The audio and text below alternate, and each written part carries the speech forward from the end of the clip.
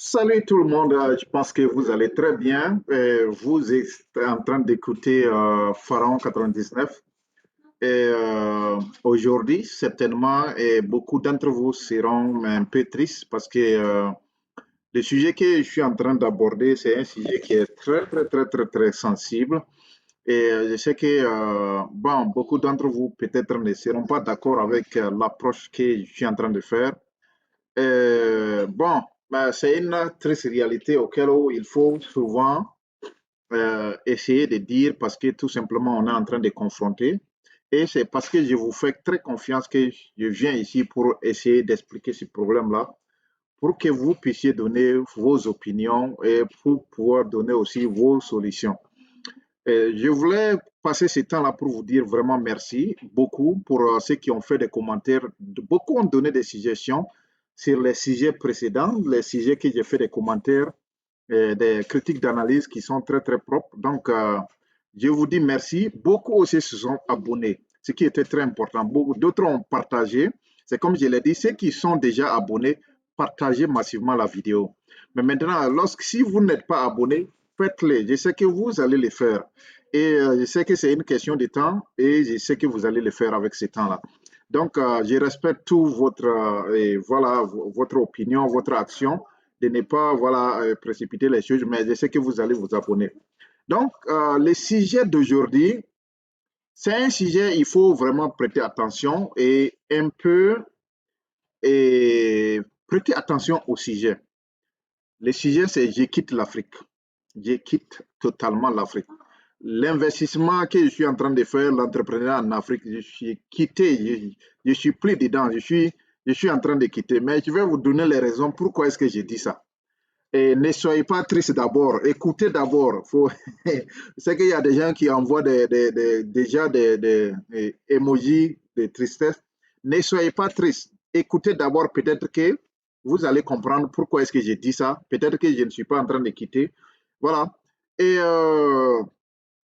lorsque j'ai commencé l'investissement, les choses allaient très bien, les choses allaient de mieux en mieux. J'étais en train d'essayer de comprendre un peu l'Afrique et essayer de comprendre les enjeux de demain. Et c'est comme je l'ai dit, j'ai été pionnier à dire aux gens que quand vous voyez tous les indices en vert, tous les indices nous montrent que l'Afrique, c'est le futur de demain.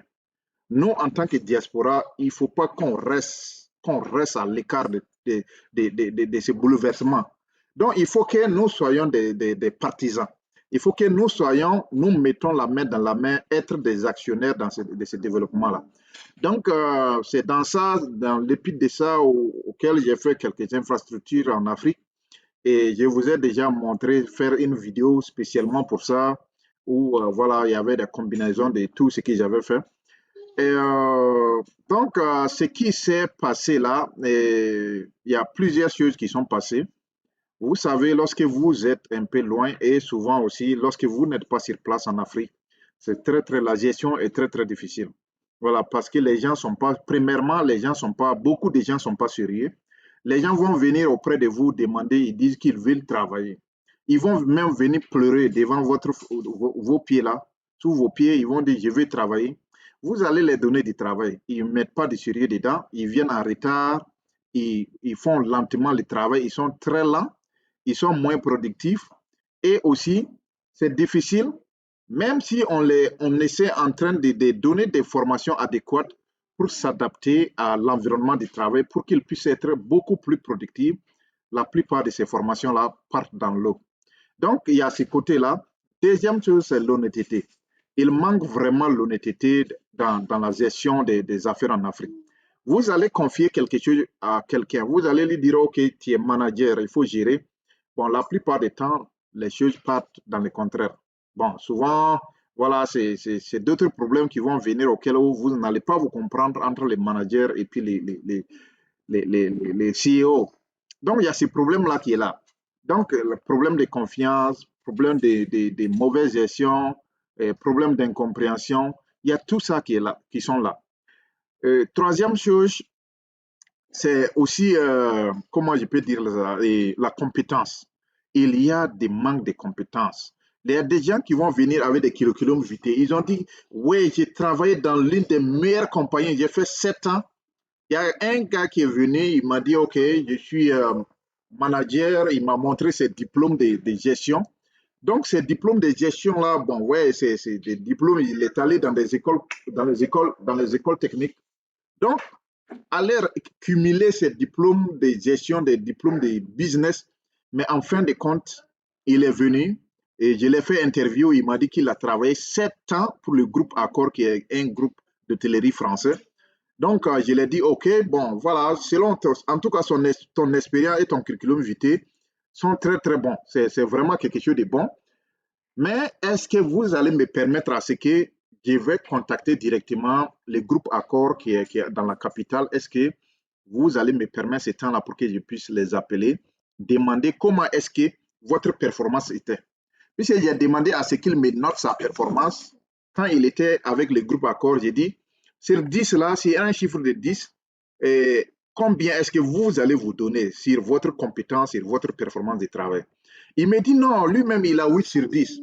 Bon, les 2 sur 10 là, ça c'est bon, peut-être les petits problèmes internes de communication entre lui et puis ses pairs. Sinon, 8 sur 10, en tout cas, c'est ça. Bon, j'ai vu ça que au moins c'est au-delà de la moyenne, c'est très bon, c'est quelque chose de bon.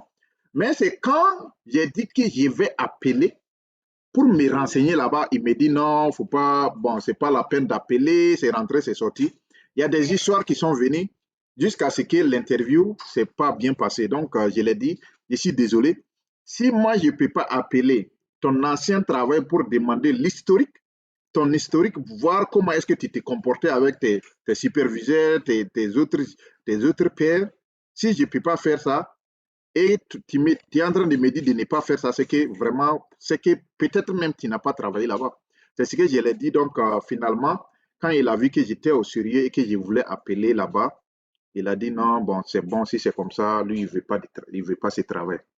Donc, finalement, il a laissé tomber le travail et à cause de ces problèmes, parce que c'est comme je l'ai dit, les gens viennent avec des faux curriculum vitae, des endroits où ils n'ont pas travaillé, ils vont seulement mentionner ça, ils vont aussi inventer des années d'expérience qui n'existent pas. Et en fin de compte, si vous les mettez au devant de la chose, ces gens-là, c'est de la faillite totale. Donc, tous ces problèmes-là, il y a eu accumulation de problèmes, de jour au jour qu'on avance, ce sont des problèmes. Donc, alors que quand on dit une entreprise, ça suggère être continuer à faire une bonne gestion de la chose. Donc, c'est ça. Et deuxième, bon, c'est quatrième chose que je vais citer maintenant. La quatrième chose qui est là, au niveau de la politique, nos politiques ont failli. C'est ça, je vais dire ça honnêtement. Nos politiques ont failli. Parce que lorsque quelqu'un amène une entreprise dans une ville, ou bien lorsque quelqu'un amène une entreprise dans une cité, au lieu d'accompagner la personne, bon, supposons, la personne s'est enregistrée, il a enregistré l'entreprise auprès des chambres de commerce. Il a enregistré l'entreprise auprès des domaines pour pouvoir payer ses taxes. Il a enregistré l'entreprise aussi auprès de la mairie pour des formalités administratives. Mais avec tout ça là, il y a des agents. Je vous dis bien, ce n'est pas l'entité administrative le problème, mais il y a des agents auprès de ces institutions-là qui peuvent se lever, qui, qui peuvent se lever sans accord même de leur chef. Ils vont aller dans les sites faire des exigences commerciales de taxation qui n'existent pas dans les règles. Bon, la semaine passée, c'est devant vous que j'ai fait une vidéo pour dire que c'est un business combiné. Ça combine plusieurs services. Donc, j'ai été surpris la semaine passée de voir des agents dans mon entreprise.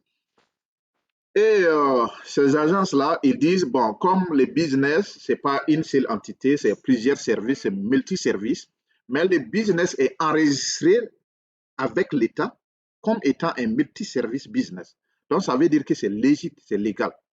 Donc, ils viennent pour me dire, bon, ok, écoute, euh, ton business fait plusieurs choses à la fois, donc on sera obligé de te donner une amende. J'ai dit, bon, quelle amende ça? Ils disent, bon, ok, c'est la régulation qui est là, que c'est la loi qui est comme ça, parce que les nouvelles normes sont venues, les nouvelles régulations sont venues depuis en haut.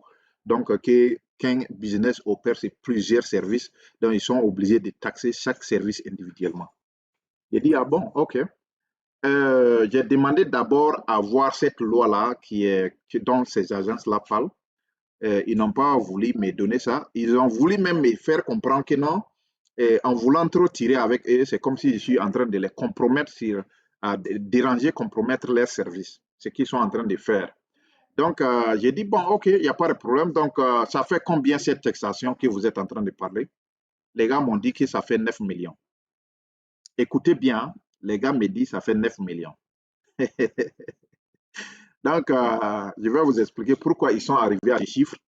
Donc, ils ont fait une évaluation complète. Ils ont trouvé que l'entreprise faisait 4 services en même temps. Donc, quand vous prenez 9 millions, bon, ils ont pris d'abord 8 millions.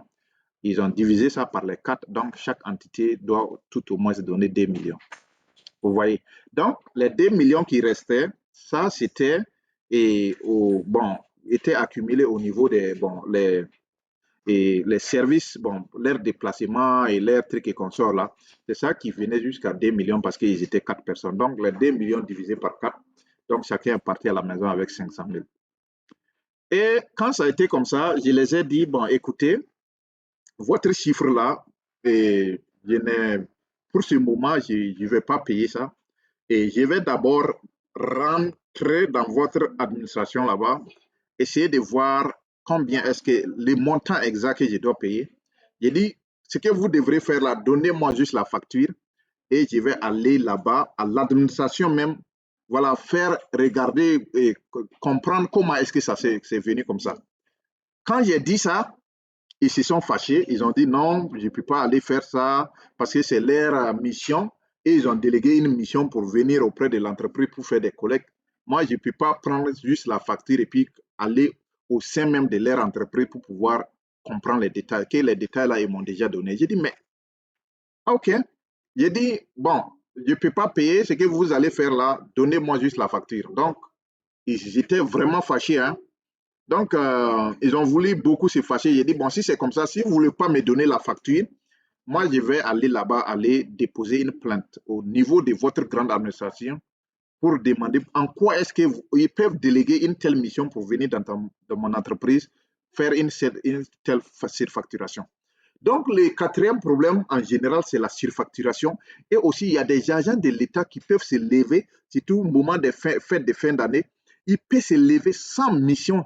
Ils peuvent se lever par des institutions personnelles pour aller collecter les fonds sur des trucs qui n'existent pas. Donc, quand ça a été comme ça, il y a un de leurs partenaires, bon, juste pour pouvoir m'intimider, il a essayé, il a écrit la facture, écrit, voilà, et voilà, ça fait 9 millions. J'ai dit, OK, merci. Donc, j'ai pris la facture, je suis allé au niveau, je suis allé, j'ai délégué quelqu'un, voilà, une équipe, ils sont allés au niveau de l'administration elle-même pour rencontrer le boss lui-même. Voilà, le directeur général, il y a un directeur général, le directeur général des impôts là-bas. Donc, il a été surpris de voir qu'une telle mission n'a jamais été déléguée, depuis l'existence de l'institution. Voilà, une telle mission n'a jamais été déléguée comme ça. Vous voyez les grands problèmes qu'il y a là dans nos pays. Donc, ces gens-là, même si tu les avais donné les 9 millions, ils sont venus et puis même la troisième personne essayait de me dire que non, si je pars jusqu'à l'administration, ils risquent de me facturer ça, à peu près 12 millions parce que les 9 millions, et ils ont voulu juste chercher à réduire pour que je puisse payer et ça, c'est entre nous. Mais je suis allé là-bas, le directeur général même dit que une telle mission n'existe pas. Donc, et ils n'ont jamais délégué des personnes pour aller dans mon entreprise chercher à collecter des fonds. Voyez-vous les vrais problèmes. Donc, c'est pour dire à ceux qui investissent en Afrique, si vous voulez faire quelque chose, bon, faire ça de manière légale et aussi prêtez attention à ces problèmes-là. Le dernier problème où j'ai rencontré, c'est un autre département où c'est un département qu'ils appellent département de l'environnement. C'est un département environnemental de l'État qui sont venus me dire que non, et les hôtels, que ce soit les hôtels, que ce soit les grandes infrastructures comme ça, il existe un contrôle d'environnement qui est là où on essaie de voir est-ce que l'entreprise a respecté les normes environnementales avant de s'implanter. Et ils sont venus. Bon, j'ai dit, OK, bon, moi, j'ai fait mes propres recherches et effectivement, cette loi existe dans notre pays auquel, si c'est une grande entreprise, il faut vraiment implémenter les règlements, les normes environnementales de l'entreprise. Il existe une procédure qui est là où il faut respecter ça jusqu'à haut niveau. Mais écoutez très bien, ces gens-là sont venus me dire que non, et ils peuvent me faire un certificat des normes environnementales. C'est-à-dire, ils me livrent un certificat qui montre que je suis en norme sans même faire aucune inspection, sans même regarder aucune chose, et ils peuvent me livrer ce certificat-là à 3 millions. Vous voyez ce que je suis en train de dire. C'est sérieux, c'est vraiment, le problème est vraiment sérieux. Donc, j'ai dit, bon, vous allez me livrer ce certificat-là à 3 millions, mais effectivement, quand j'ai fait mes recherches, je regarde selon voilà, les dimensions de mon truc. Je pense que, bon, en tout cas, ça valait ses coups. Mais en même temps, je me dis, mais pourquoi ces gens-là, ils peuvent venir juste me dire comme ça, sans aucune inspection, et juste me dire, OK, il faut donner l'argent pour que nous, on puisse te faire un certificat ou même l'État n'est pas au courant. J'ai dit, non, ça, cette affaire-là, il faut creuser au fond. Ils me disent, non, si tu dois aller très loin, ce serait beaucoup de dossiers, tu vas impliquer les huissiers, les avocats, des trucs qui comme ça, tu vas trop dépenser. Donc, c'est pour cela, nous, on a voulu te faire ça à 3 millions. J'ai dit, bon, OK. Je suis allé en haut et écoutez très bien, je suis allé, j'ai contacté les départements de l'environnement là, pour les donner, est-ce que, selon les normes, selon la loi de mon pays, est-ce que ce que moi j'ai fait là, j'ai fait comme activité, rentre dans ce cadre-là? Puisque ça concerne les grandes entreprises, les grands hôtels, je ne parle pas des mini-hôtels, je parle des grands hôtels. Donc, les gars me disent non, ce que tu es en train de faire, bon, ils m'ont demandé, j'ai expliqué ce que je suis en train de faire. Ils me disent non, ça ne rentre pas dans ce cadre-là. Donc, tu n'as pas à t'inquiéter si cette loi ne te concerne pas. Voilà le cinquième problème qui est là. Donc, comment moi je ne peux pas comprendre, ce que je ne peux pas comprendre là, c'est de voir que la diaspora est en train de faire quelque chose de bon. Lorsque vous prenez une entreprise qui a embauché au moins 10 personnes, 15 personnes, 20 personnes, 30 personnes, pour que ces gens-là puissent au moins chercher un revenu pour nourrir leur famille, pour habiller leurs femmes, pour habiller leurs enfants, pour payer la scolarité de leurs enfants, pour voilà, amener tout ce qui est nécessaire pour vraiment fonder une bonne famille. Et il y a des gens qui sont derrière, ils sont prêts à manger même la graine que vous êtes en train de s'aimer. C'est qu'il y a un problème. La graine, vous voulez s'aimer la graine pour que ça puisse grandir, devenir une plante à produire des fruits, mais eux, ils veulent directement manger cette graine-là. C'est-à-dire, ils ne veulent même pas que ça pousse, même pour, n'en parlons même pas de l'arbre porter fruit. Donc, voilà les véritables problèmes auxquels on fait face en Afrique. Il faut que ceux qui m'écoutent, ceux qui ont des frères, ceux qui ont des sœurs, essayent de parler frangé que la diaspora africaine est en train de vouloir faire quelque chose d'incroyable. Parce que nous, ça nous fait mal de voir la diaspora chinoise, la diaspora européenne, la diaspora indienne en train de faire quelque chose pour leur pays. Et si nous, on veut vraiment faire quelque chose pour nos pays, on rencontre de ces grands problèmes-là. Donc, ça fait que vraiment, ça donne des découragements. Vraiment, c'est pour cela que j'ai dit, à ce titre-là, j'ai dit, je vais quitter l'Afrique si ça continue comme ça, parce que c'est trop. Trop, c'est trop. C'est vraiment trop. Donc, c'était le but du sujet, mais pour venir tirer quelque chose en clair, c'est pour dire que ces facteurs-là, je ne pense pas personnellement que ces facteurs vont me freiner. Parce que j'ai essayé d'amener encore certains trucs protecteurs, certains facteurs protectrices et protecteurs plutôt, qui pourront essayer voilà, de m'écarter de ces problèmes-là. Le premier facteur, c'est, bon, voilà un avocat, il y a un avocat, auquel où si ces gens-là viennent là, allez-y voir l'avocat, voilà, l'avocat s'en charge de regarder, est-ce que ce qu'ils sont en train de te dire là, ça rentre dans le cadre? Est-ce que c'est une loi du pays? Est-ce que c'est un truc autoritaire? Parce que moi, je ne peux pas comprendre. Je paye les taxes communales, je paye les taxes pour l'État. En quoi est-ce que je dois encore aller avoir une autre surfacturation? C'est ça le problème. Donc, c'est vraiment très difficile et je n'arrive pas à comprendre ça. Donc, finalement, quand je m'étais renseigné, on me dit non, je n'étais pas concerné. Donc, ça veut dire qu'il faut avoir des avocats si vraiment vous voulez travailler en Afrique, si vous voulez avoir un peu de moins de maux de tête, ayez votre avocat qui est prêt à gérer tous ces dossiers-là. Parce que c'est très, très difficile. Problème de gestion du personnel, ça demande une formation, mais en même temps, c'est comme je l'ai dit, la plupart des gens ne prennent pas au sérieux la formation. Bien vrai que vous allez mettre des moyens avec des professionnels qui vont venir les former, la plupart là vont échouer. Parce que l'égoïsme est là, parce que l'incompétence est là, parce qu'il n'y a pas de performance. Donc, il y a tous ces problèmes-là qui sont en train de miner notre problème, nos économies, notre voilà, activité. Et souvenez-vous, j'avais dit ça dans l'une de mes vidéos, je pense que la troisième vidéo avant que j'ai fait celle-là, j'avais dit que si vous pensez, si vous pensez que l'éducation est très chère, essayez d'estimer les coûts de l'ignorance. Je répète très bien, j'avais bien dit ça, j'ai dit, si vous pensez que le coût de l'éducation est très cher, essayez d'estimer les coûts de l'ignorance. Parce que moi je pense que c'est par ignorance que les agences là font ça. Ces agences qui débarquent comme ça dans l'entreprise et vous demandent de payer des taxes, même quand vous demandez à ce que voir même leur papier d'identité pour savoir est-ce qu'ils sont réels, ils ont des problèmes à le faire. C'est de l'ignorance. S'ils savaient que ce qu'ils sont en train de faire là, ça va impacter négativement nos pays là, la performance économique de nos pays, ils n'allaient pas faire ça. Parce qu'ils veulent juste bouffer. Ils veulent juste avoir cet argent-là, aller juste faire de la fête. Ce qui n'est pas bon, ça ne rentre même pas dans l'économie. Vous voyez donc, c'était ça.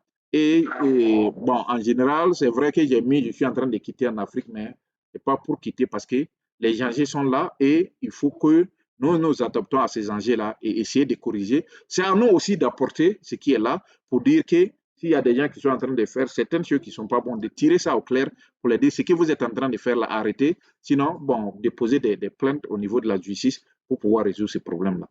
Donc, en termes clairs, c'était ça que je voulais partager avec vous, mon expérience et à partir de laquelle voilà, j'ai eu à confronter. C'est plusieurs problèmes. Souvent même, ça ne donne pas envie vraiment de faire quelque chose parce que vous allez voir que vous dépensez, en fin de compte, rien ne rentre. Donc, ça fait que c'est un peu décevant. Mais je lance un message très clair à nos frères, à nos sœurs africains et qui sont en train de faire ces genres de trucs-là. Arrêtez. Arrêtez parce que ça ne va pas vous amener loin et aussi vous êtes en train de gâter la chance de d'autres personnes. Donc, c'est ça qui était mon message très clair d'aujourd'hui. Je vais m'arrêter là et je vais aussi voilà, et vous permettre de regarder. Voilà, j'avais fait des t-shirts pour l'entreprise. Bon, mais ce que j'ai porté là, ça c'est déjà vieux, c'est un vieux t-shirt. Imprimer ça, ça fait à peu près deux ans de cela. Bon, je vais vous donner l'occasion de regarder ça. Bon, c'est comme je l'ai dit, c'est un vieux t-shirt. Donc, voilà. Et je vais vous donner l'occasion de voir ça, le nom de l'hôtel et voilà, et les logos. Et dites-moi comment est-ce que vous trouvez le logo. C'est un logo de 2 ans de cela. Est-ce que vous pensez que je peux changer le logo ou bien juste de laisser ça comme ça? Voilà, donc, ceci prend fin cette vidéo. Donc, abonnez-vous massivement parce que on a beaucoup de choses à se partager. Abonnez-vous très massivement parce que il faut qu'on se dise comme ça, essayez d'apprendre. Moi, j'apprends à travers les vidéos, comparant les vidéos de Jean-Yves. J'apprends à travers les vidéos de Philippe Simon. J'apprends à travers beaucoup d'autres personnages qui sont en train de faire des vidéos diverses sur l'Afrique. J'apprends beaucoup. Donc, et en même temps, ce que je suis en train de faire aussi, je pense que ça va donner aussi voilà, quelques sens à d'autres personnes d'apprendre et les pièges à éviter, surtout dans les domaines entrepreneuriaux. Voilà, donc c'était ça et je serais très content si vous faites votre dernier pas de vous abonner ou bien partagez si vous avez déjà abonné, partagez massivement pour donner la chance à d'autres personnes d'éviter ces problèmes-là au futur. Voilà, ceci est la fin et passez une excellente journée. Bye bye.